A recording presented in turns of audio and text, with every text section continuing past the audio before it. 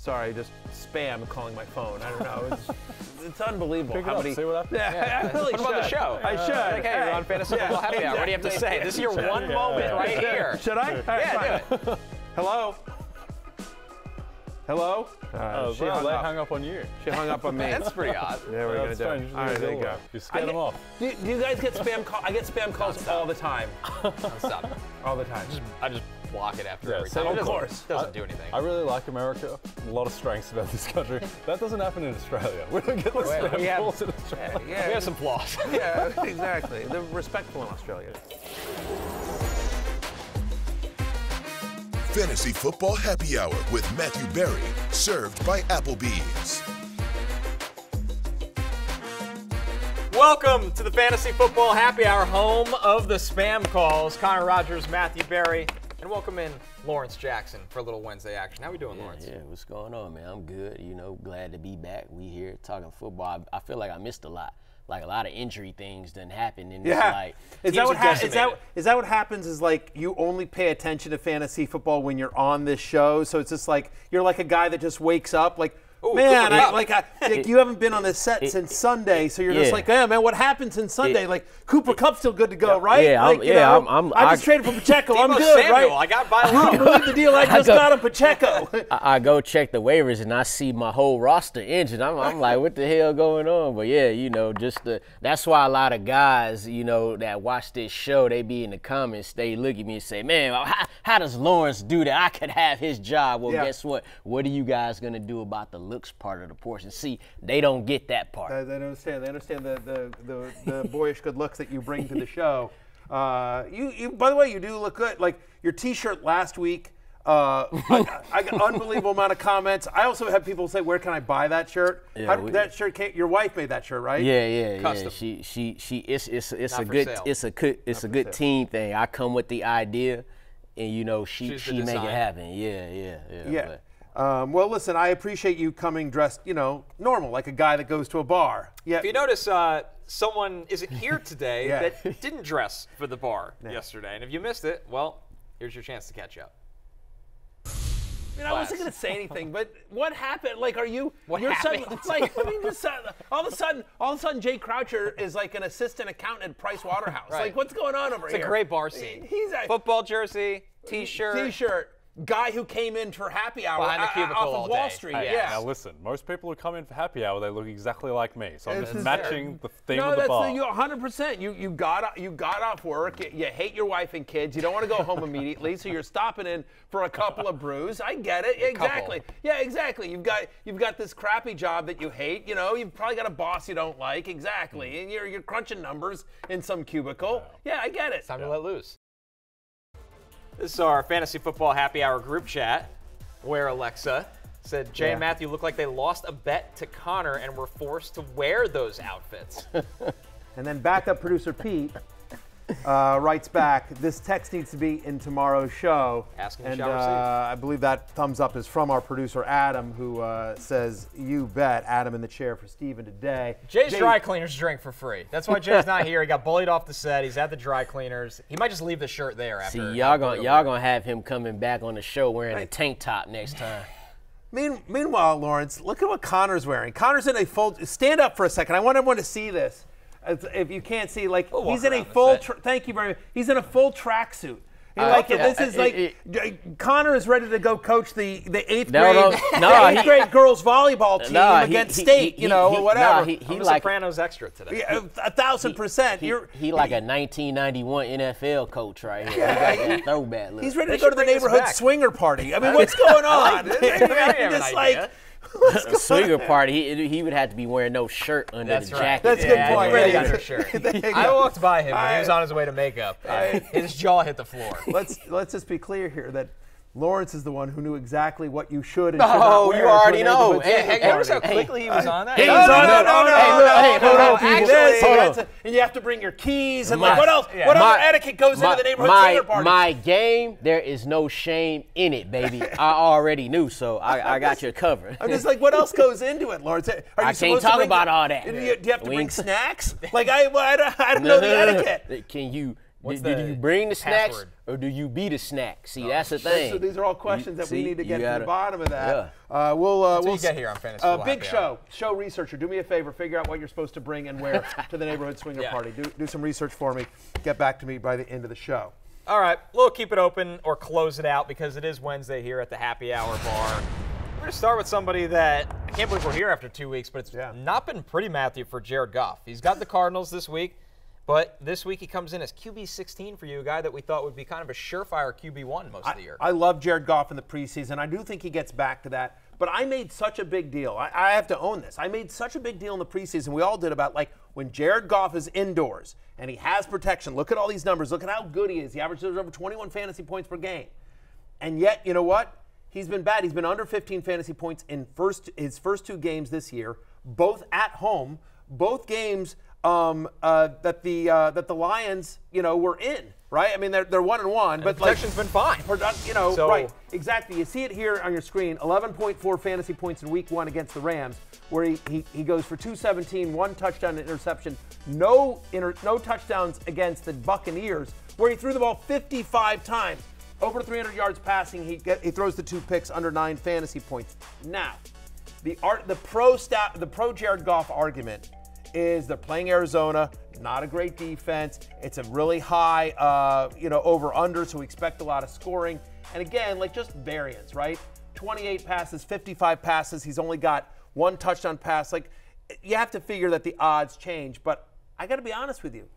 I think I'm closing it out. I have him as a mid-tier QB2. I'm right on the fence with this one, Lawrence. But for me, I sort of look here and think about maybe the Arizona defense isn't great, but I don't think it's as awful as people think. They held Josh Allen to 232 yards in Week 1, Matthew Stafford to 216 yards in Week number 2. Kyler Murray's playing great. And you just think about what Detroit wants to do to get this offense back. They're going to want to run the ball on the road at Arizona. I believe they want to get more Montgomery and more Jahmyr Gibbs. Jared Goff doesn't run. So if he's going to get you fantasy points, it's got to be with his arm. He's got to throw 300 yards. He's got to throw 2 touchdown passes.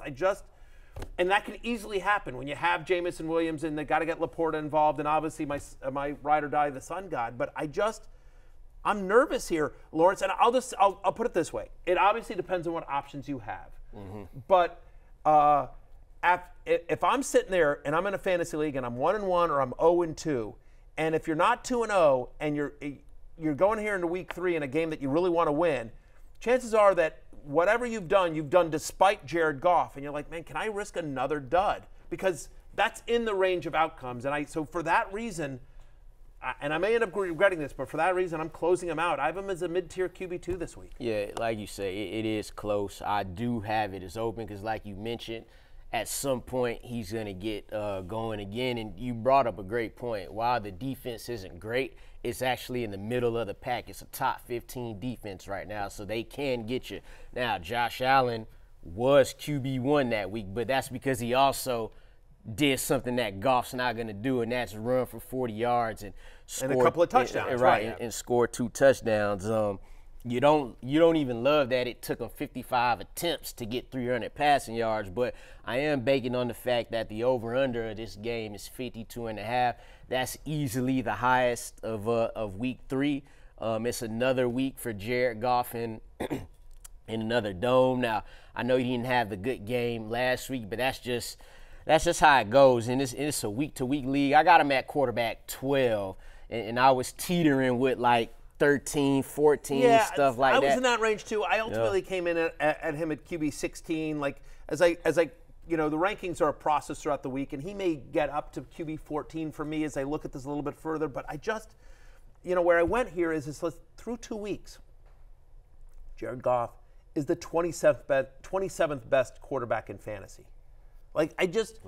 How confident do you feel that he's going to rebound, especially when, by the way, there's guys like Derek Carr on the waiver wire that you might feel better about. Baker Mayfield, we're going to talk about him in a second later in the show. I mean, there's other guys out there that I think you feel better about. And, again, so far this year, he's 24th in yards per pass attempt. He's 25th in passer rating. Pick a stat. It ain't good.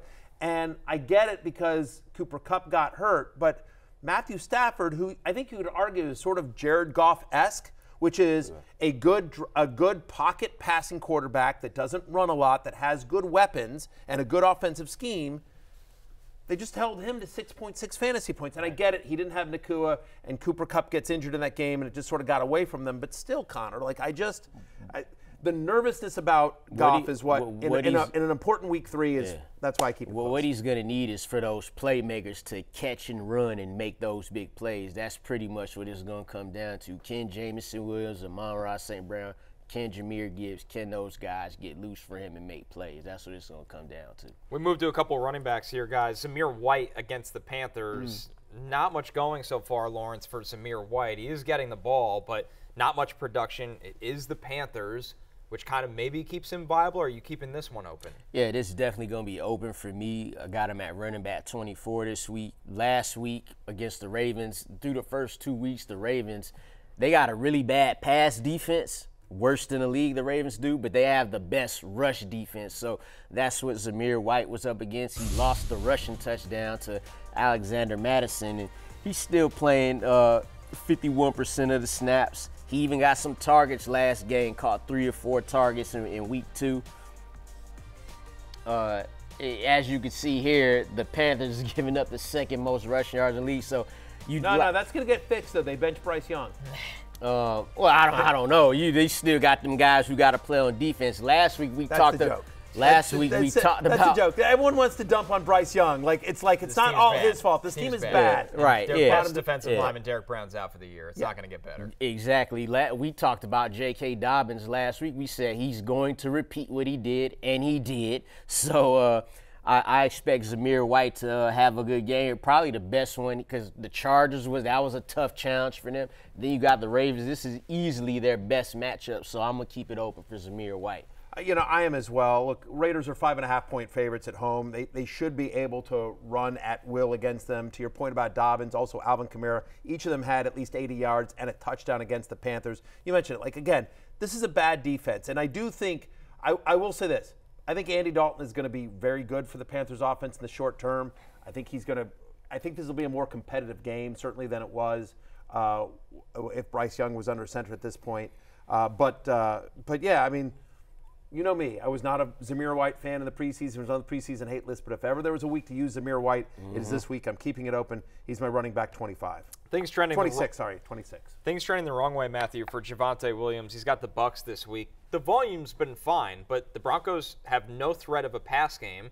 And honestly, that means they can't get the run game going at all for Javonte Williams, who has to be a pass catcher to do anything in fantasy. Yeah, I mean, if you're a defensive coordinator and you're sitting there like, okay, I think I'm going to take my chance with Bo Nix beating me. Right. It's and their offensive line, by the way, is banged up. So Mike McGlinchey's out. He's had under 25 rushing yards in both games. He's averaging just 2.1 yards per carry. They have the 3rd lowest implied team total in week number 3. Through 2 weeks, he's the 37th best running back in fantasy on a points per game basis. So I'm closing it out with you. I'm at running back 29, and I might be too high on him there. Yeah, you have to be in a bad place to start. I was thinking the same thing, because you have to be down bad. Yes. Yeah, horrendous. Down horrendous. I am closing this out, but I have him at RB 30 this week, and I'm thinking damn, is that still too high to have him? Because he's in that you're putting a starting running back in the same tier as pass catching running backs in fantasy, right?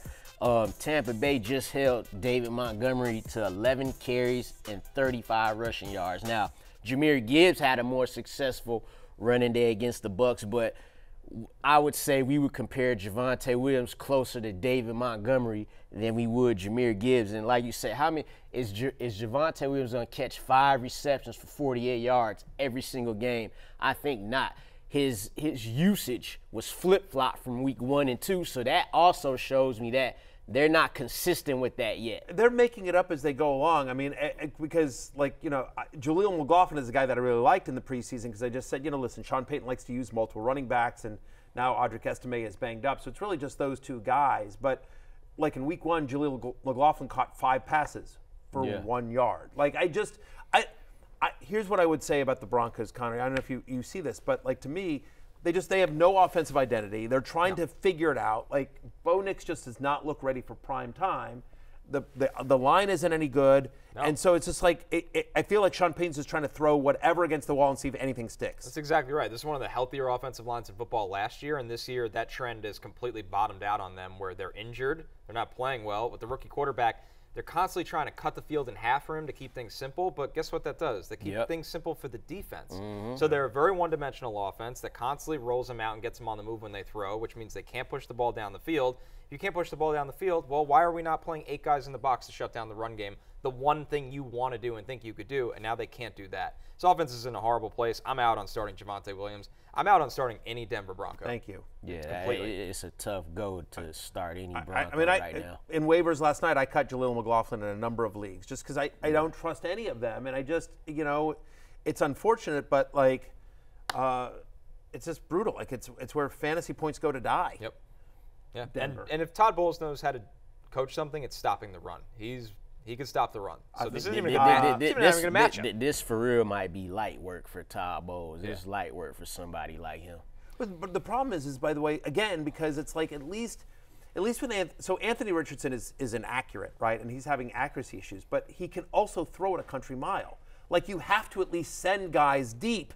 With if safeties have to respect you. Exactly. Whereas with Bo Nix, you're like, all right, you know what? Like, I'm like, you can play single coverage all day if we want. You're like, it's the baseball equivalent of, like, we're not even playing guys in the outfield. We're just going to play guys on the, like in Little League, where how, like, like they'll bring that right on the edge, like right after the dirt, like that's where the outfielders line up because we don't think he can hit it that far. Like, that's sort of that in the NFL. It's that version of that. Show it before it changes. No. It's 2 weeks, but it's not a good 2 weeks. Bo Nix is their leading rusher right now through 2 games with 60 rushing yards. That's crazy. So I could have just said that about starting Javonte Williams this week. So, yeah. It's tough. A running back with higher hopes, Zack Moss, against your Commanders, Matthew. Zack Moss has kind of taken charge of this backfield where it looked unclear throughout the summer, and you have to love the matchup here. Yeah, everyone thought in the summer, and I was included in this, that it's going to be a Chase Brown, Zack Moss. And by the way, Chase Brown was kind of this trendy sleeper, like he's going to explode, and Zack Moss is this plodding guy. And, Chase Brown is the guy going later in drafts, but he's the sleeper that you want. And yet, Zack Moss through 2 weeks has every single goal line rush for the Cincinnati Bengals. He's got 75% of Cincy's running back rushes. And oh, by the way, who does he get on Monday night? But my horrific Commanders, who are top 10 so far in the NFL in terms of most yards per carry allowed to opposing running backs. And look, Bengals are 7.5-point favorites. They should probably be more. Positive game script. I think Moss has a big game. He's my running back 14. My running back 16. I'm definitely keeping it open. And little hint, he's going to be on the love list tomorrow. Yeah, I'm going to keep this open on Zack Moss as well. It hasn't been a good overall start for him to the season, but when you think about it, he's played against New England's defense and the Kansas City defense. Those are 2 of the better defenses in the league. We saw Derek, especially against the run. Yeah, and we saw Devin Singletary just go 16 for 95 and the touchdown. And what you say about Chase Brown to this point, Zack Moss has played 73% of the snaps and is out touching him 24-10. So that's not an issue either.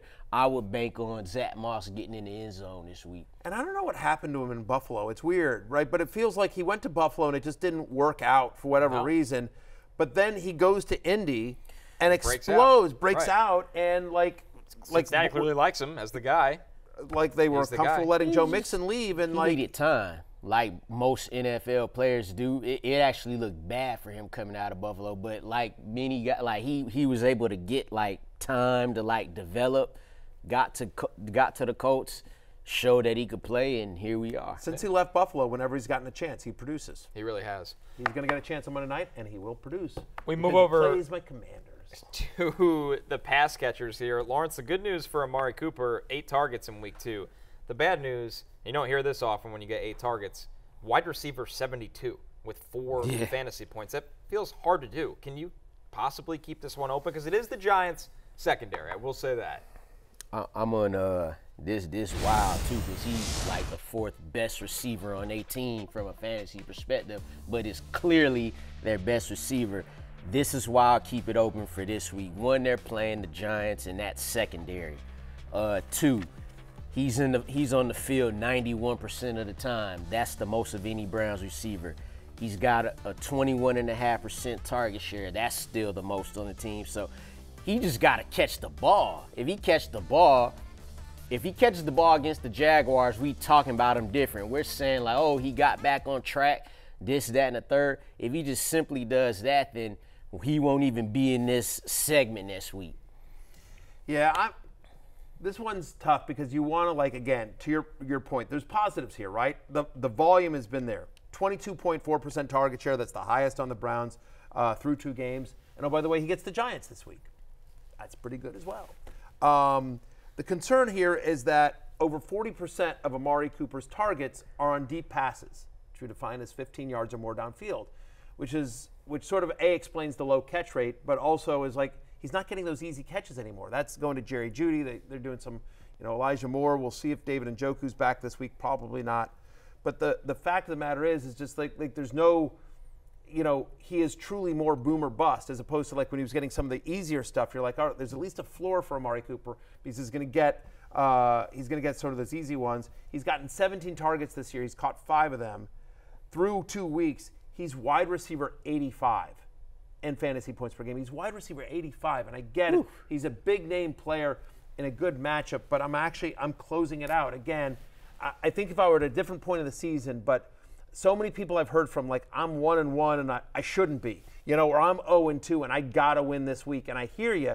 And I think a lot of the reasons why teams that are 0-2 or 1-1 and barely, 1-1, but they're like 8th in their league in total points because maybe they squeaked one out is because some of these guys that we expected production from, the Jared Goffs, the Amari Coopers of the world, just have been so brutal for the first 2 weeks. And so I get, I just, at some point you sort of say, like, I need to see it before you're back in my lineup. And that's where I am with Amari Cooper. Deshaun Watson has been inconsistent at best. He looked better in week 2 than he did week 1, but he hasn't looked great.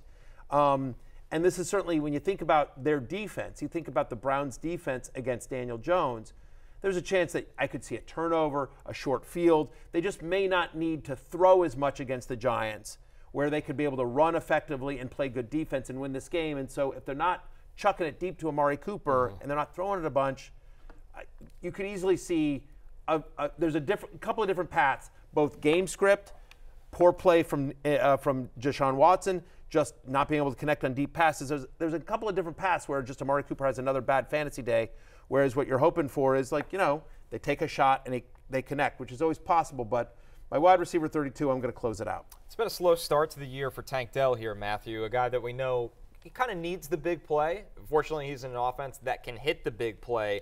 Do you remain optimistic that better days are ahead for Tank Dell, especially against Minnesota, which on the back end, they're not perfect? Yeah, I really do. I'm a big believer in Tank Dell, as you guys know. He's my guy.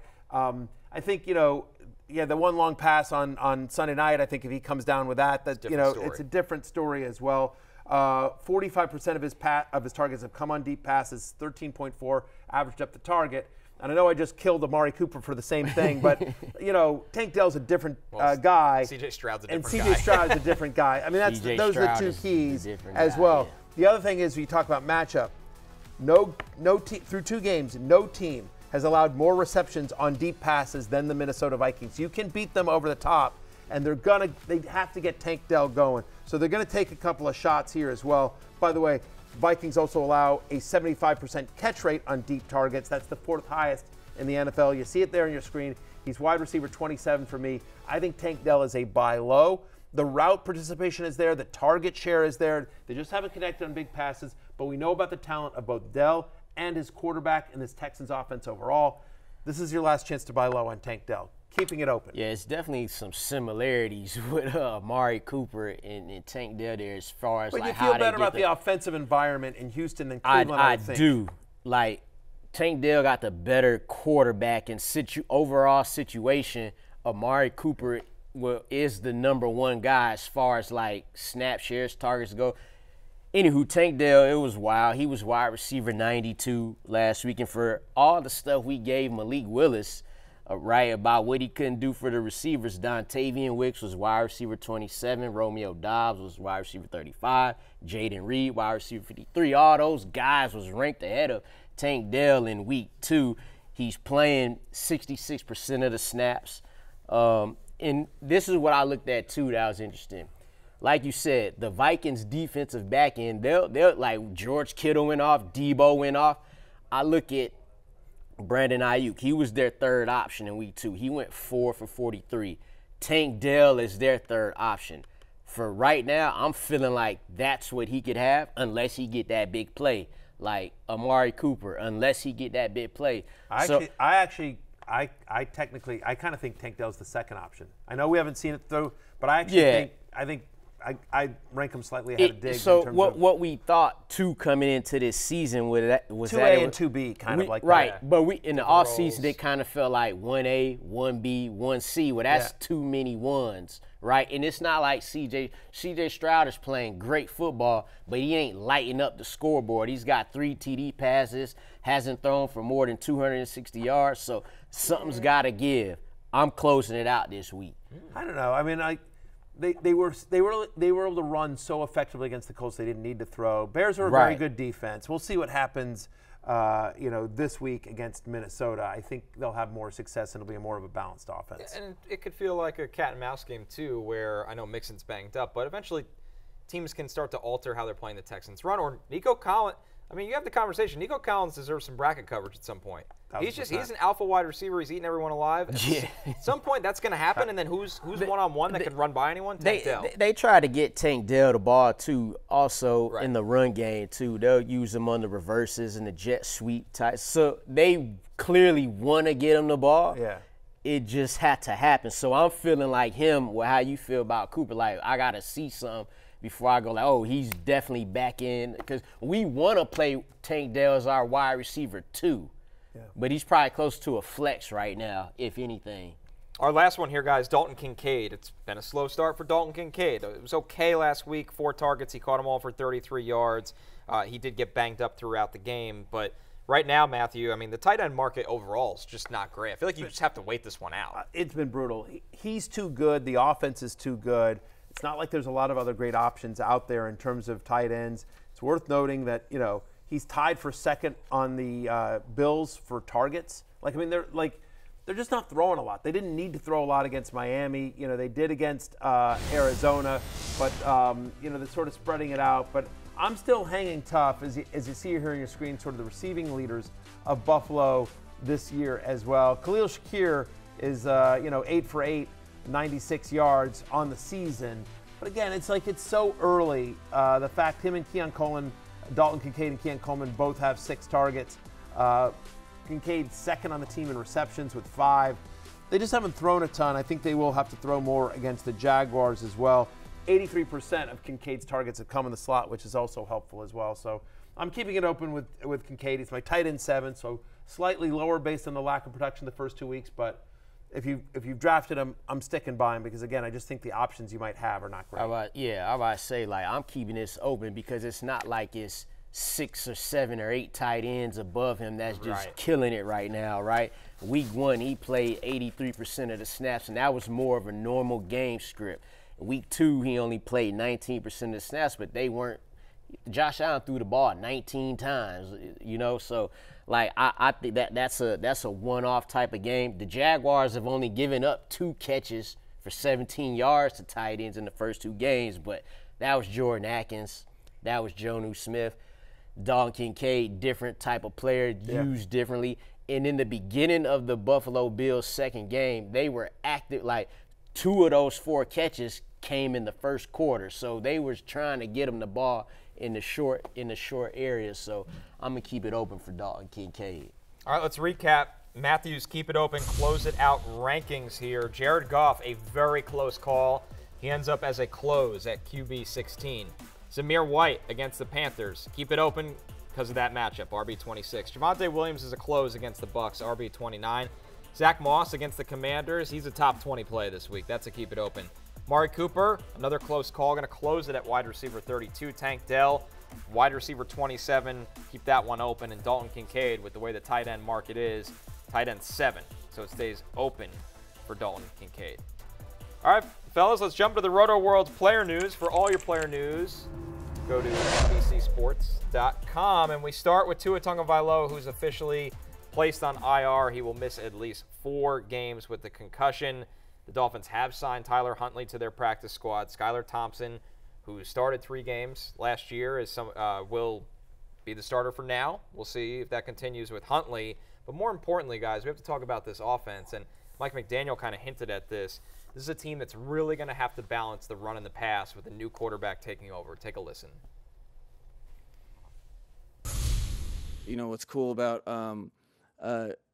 Reek and Waddle and their understanding of football and really our offense is there's certain situations where it doesn't happen that often, but they'll come to the sidelines and tell me, hey, you know what, we need to run the ball. You always have to keep them involved, but there's a balance where teammates have to really make opposing teams pay if they're going to overcommit that way. And until we do, you know, I think they understand as much as everybody else that their teams will do something until you make them pay for it. Mike McDaniel on the state of the Dolphins offense right now, Lawrence, that under Skylar Thompson is undoubtedly going to look different for the short term. Oh yeah, and this will definitely be another time for us to see, you know, like, because a lot of people be like, well, anybody could run this offense with Tyreek Hill and J.J. Watt. What we're about to see, and we've kind of already seen it. If you go back to the playoff game where Skylar Thompson started, Tyreek Hill 7 for 69, Jalen Waddle 3 for 44. Those are numbers where it's like if you didn't know, like, you're starting Jalen Waddle and Tyreek Hill, but those numbers right there are the epitome of what you'll probably get in the early going with Skylar Thompson at quarterback. Now they bring in Tyler Huntley, who's had some success. All pro quarterbacks. Right? I forgot to say that. I forgot to say that. All pro quarterback Tyler Huntley. So things could get interesting if the Dolphins aren't hitting on all cylinders. Remember, Skylar Thompson was in a tight battle with Mike White for the backup job in the preseason. So it's not like he won that with flying colors. It'll definitely be an adjustment. So I got Tyreek Hill at wide receiver 11 this week, and I don't think I've ranked him outside. I don't remember the last time I ranked him outside the top 10. And that's the key here, right? I mean, in essence, basically what you're doing is you're lowering expectations for the Dolphins players that you care about, right? We don't expect the offense to be as good under Skylar Thompson as it was under Tua Tagovailoa. And honestly, even if they go to Tyler Huntley, like, my analysis is still the same, because while I think Tyler Huntley's probably a better quarterback, he's more run heavy. Like, he's more prone to tuck it and run. Yeah. So I think actually the passing volume, even though the offense might be better in more sustained drives under Tyler Huntley, I think the passing volume probably the same, if not less, under Huntley because of just his skill set versus Skylar Thompson's.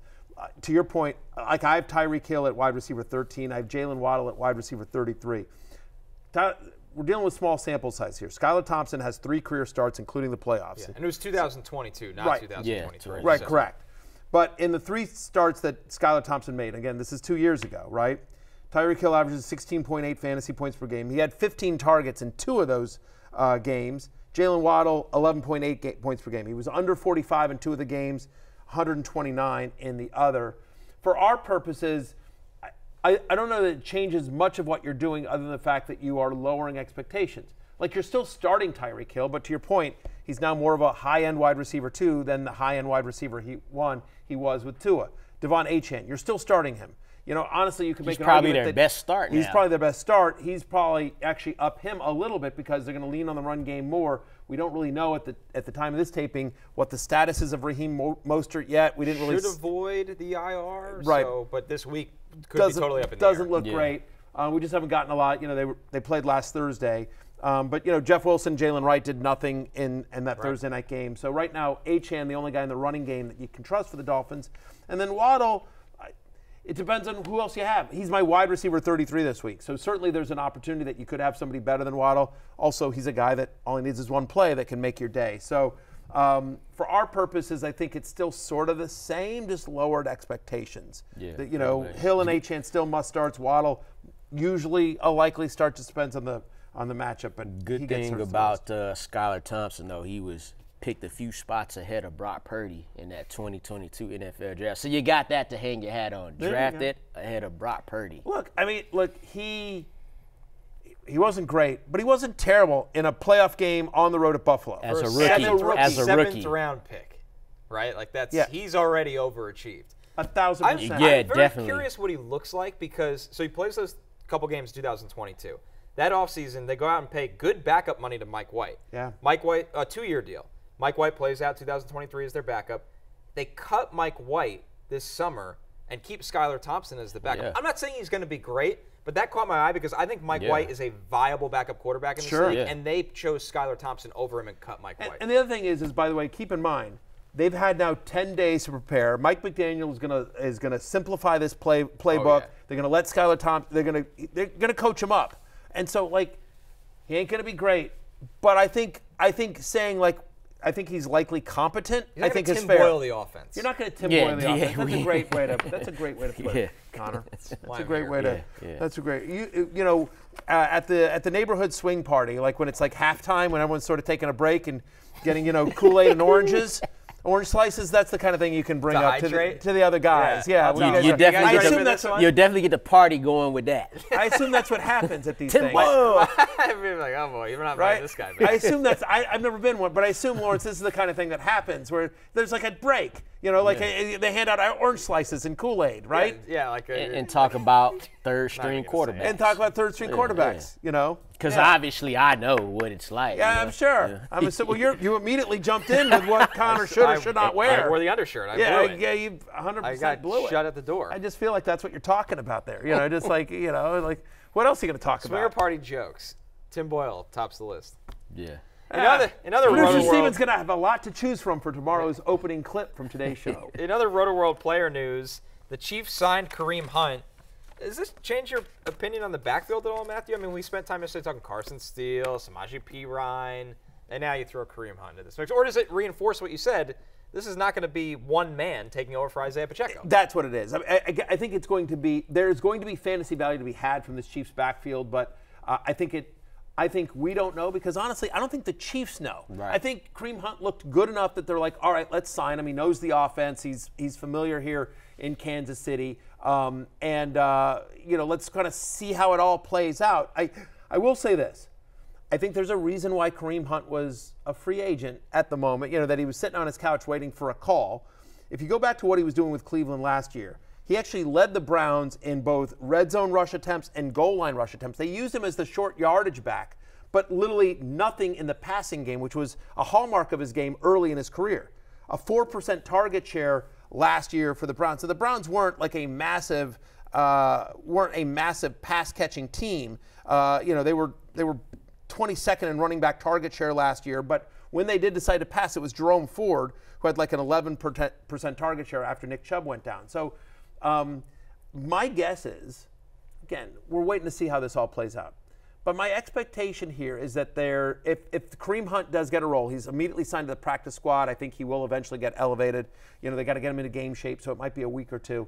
But I think that if they do use Kareem Hunt, it'll be in short yardage. It'll be on early down work. So, as you sort of look at how this all plays out, I stand by what I said yesterday, which is Samaje Perine's the number one guy you want in this backfield. Yeah. Then it's Carson Steele, and I think that if Kareem Hunt carves out a role for himself in this backfield, it's at the expense of Carson Steele and not necessarily Samaje Perine. Now, again, Kareem Hunt is a good pass protector. He's a veteran, so you could see him there, but it just feels like just Cleveland and just the last couple of years of his career, Kareem Hunt just hasn't been used in the passing game because that just doesn't seem like he's got the same juice he did early in his career.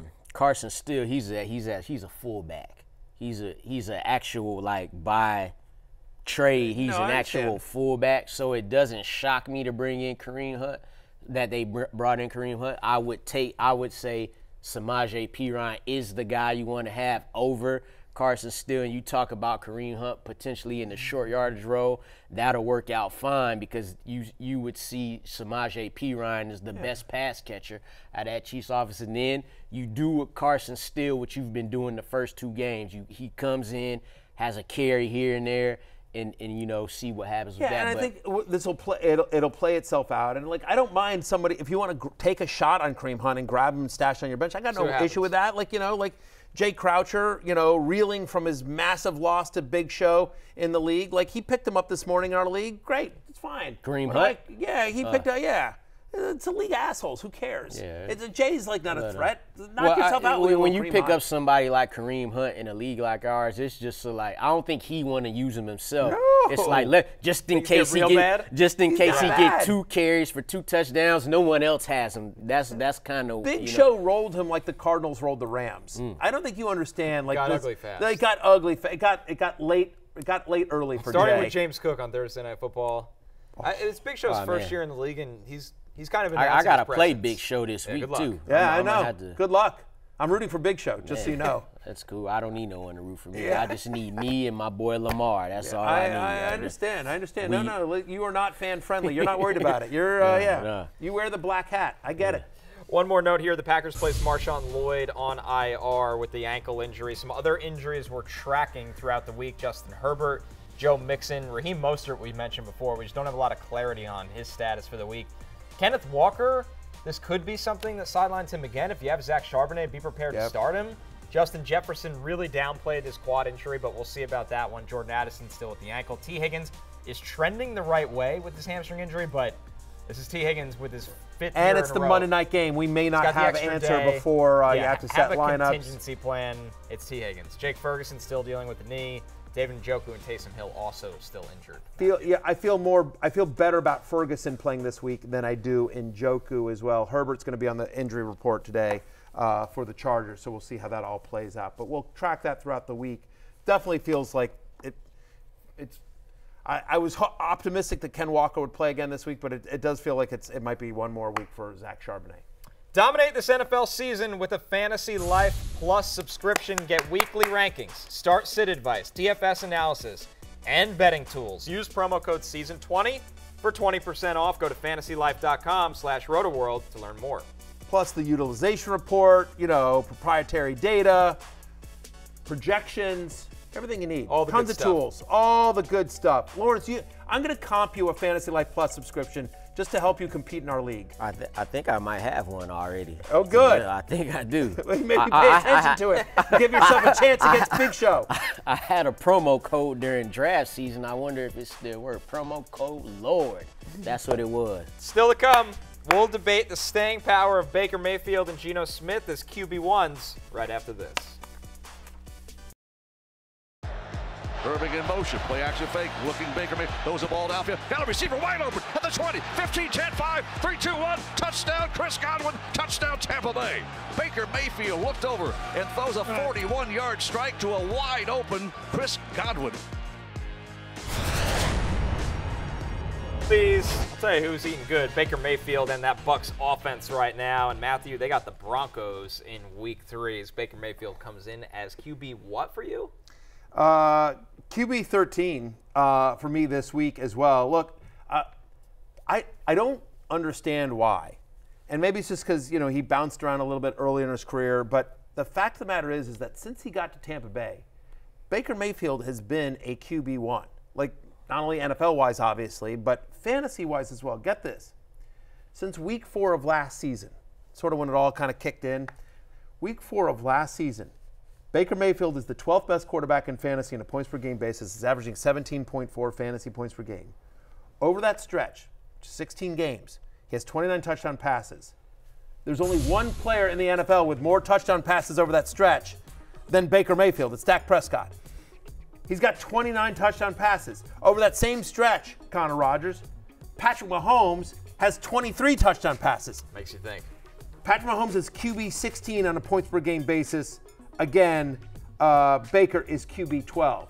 And like you think about where these guys went in drafts this year as well.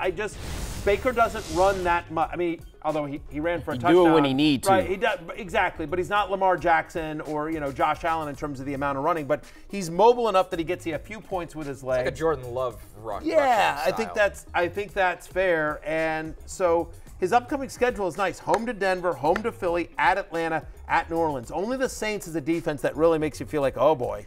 You know what I mean? And even that, too, it's like if you playing good football, you playing good football. Right. And like you say, this goes back to last year, which was a career year. not only regular season, got in there and had a playoff win against the defending NFC champion Eagles. So, I mean, I'm happy for Baker, man. The way he went out at Cleveland, his game got better. The way he approached the game and his attitude got better. And you see all that coming together. That's why he was rewarded with the contract. So not only do I like him this week, like you do as well, but like you say, the schedule upcoming, I don't think it matters who they play. Like they'll have a bad game at some point in the season, but like on a consistent basis, like Baker has been that. I think he is a viable low-end QB1.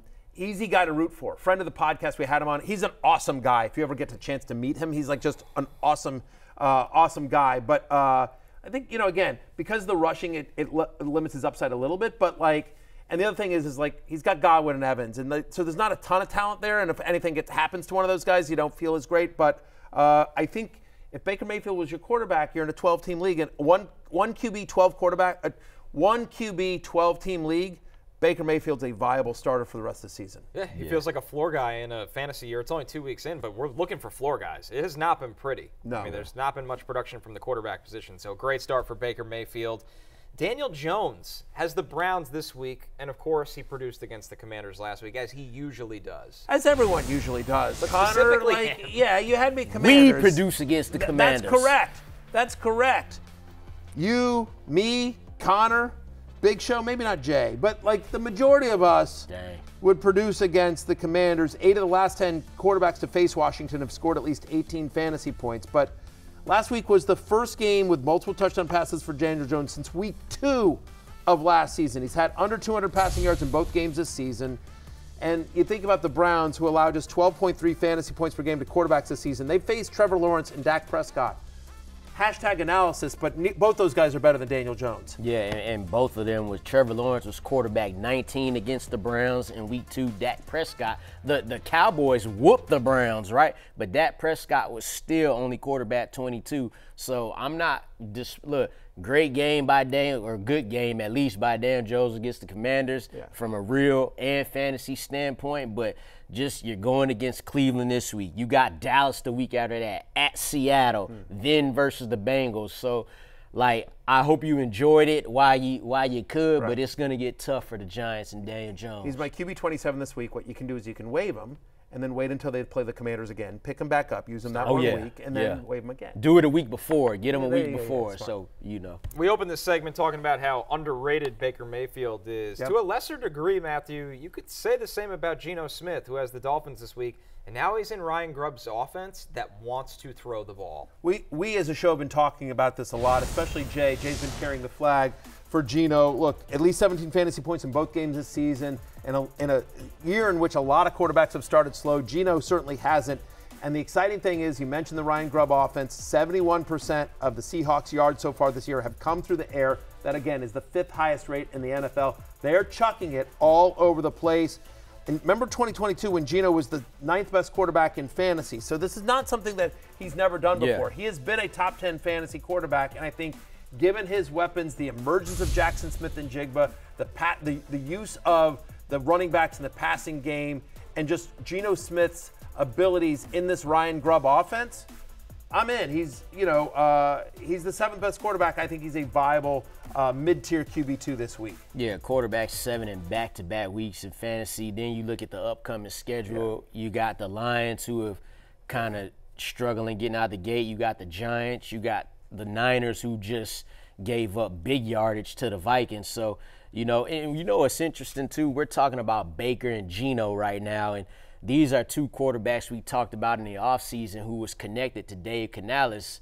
They ain't with him no more. They're still playing good. By the way, watch Andy Dalton absolutely ball out. I want to see that because Baker and Geno, they balling right now. Watch the red rifle start flying around. By the way, you notice that I had Geno at quarterback 17. I just want to mention for this week, one of the reasons for that is Seattle is at home to Skylar Thompson of the Dolphins. The over-under is 41.5 here. I just don't think Geno's going to have to throw that much. Sure. It's just, this is more about game script. But season long, I'm a big Geno believer. I just don't think he's going to have to do that much against, by the way, a Dolphins defense that through 2 weeks is the 5th best pass defense in the NFL.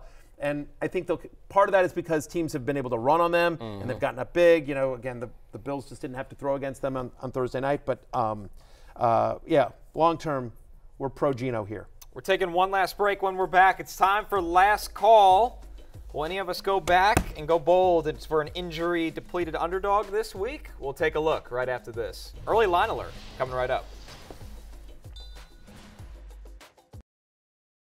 DraftKings Sportsbook is the #1 place to bet touchdowns, and new customers can bet $5 and get $250 in bonus bets instantly, plus get 1 month of NFL Plus Premium.